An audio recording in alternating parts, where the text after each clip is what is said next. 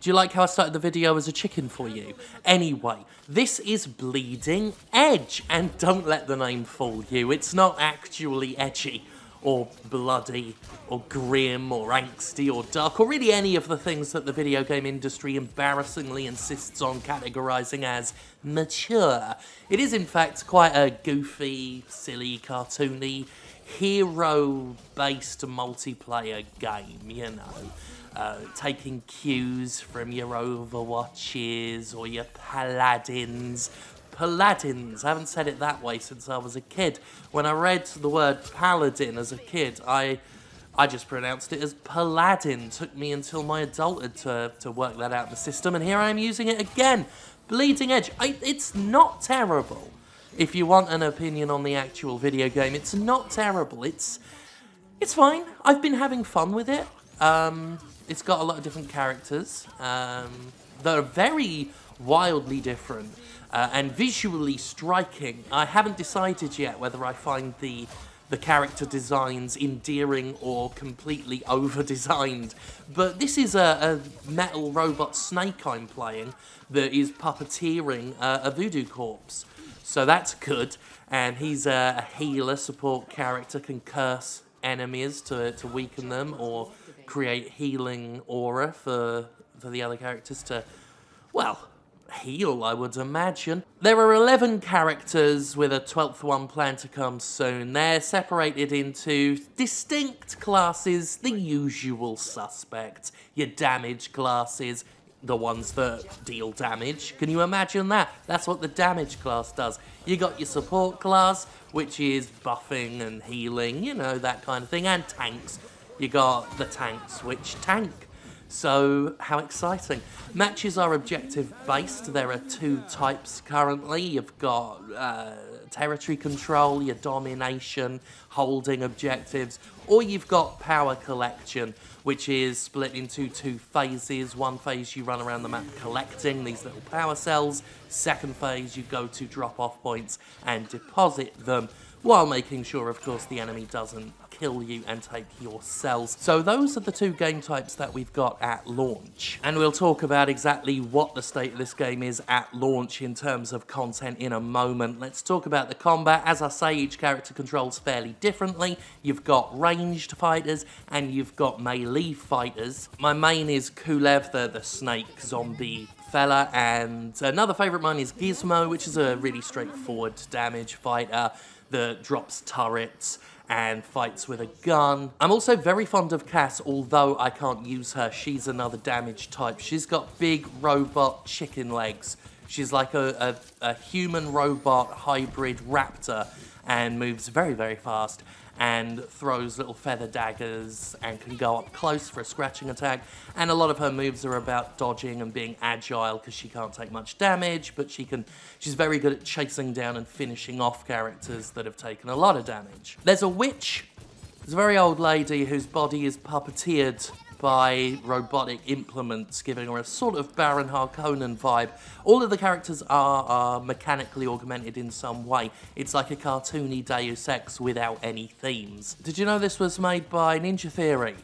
Ninja Theory did Senua's Smackrifice, the DMC people, Enslaved, Odyssey to the West, personal favourite. It's a strange change of pace for a studio known mostly for intensely story-driven single-player games, and I dare say their inexperience with this whole hero-based multiplayer format is on display. Online connections are spotty. It's semi-regular to see the game sort of clip and stutter when there's a match going. And the downtime between matches is way too long. Not only do you have to pick your character and then sit in a holding area for a minute while the game starts, to get to that point, there are really long loading screens. I'd say maybe on average, the loading screens are about a minute, but at its worst, I've seen it run 3, maybe even 4 minutes sometimes. And it's funny because the actual matchmaking itself is pretty damn quick. Now, Bleeding Edge is acutely focused on team-based play.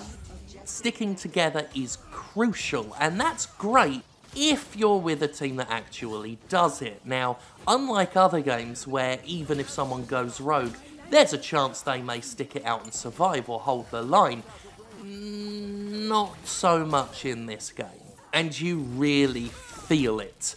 Now, rarely have I played this game and felt like the match was competitive. I would say so far maybe 1 in 7.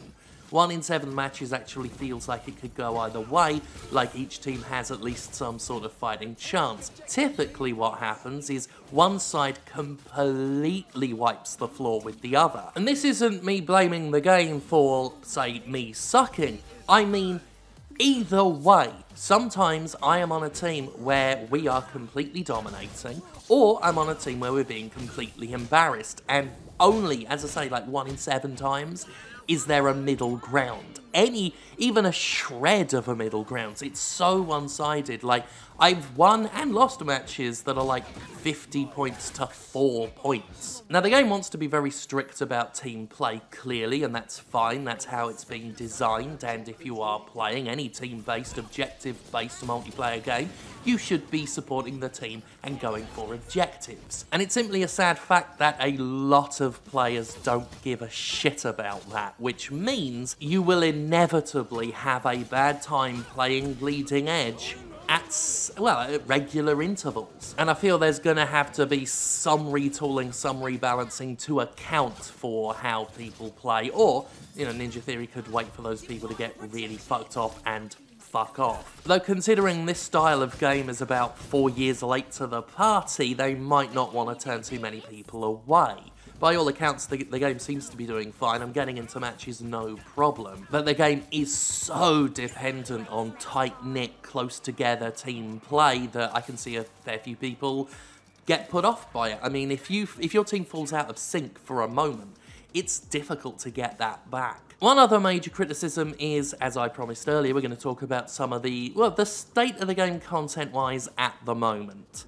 Content is sparse. There are a handful of maps, 2 game types, 11 characters, and, not a lot else, really. There are some unlockable cosmetics, but they are shit.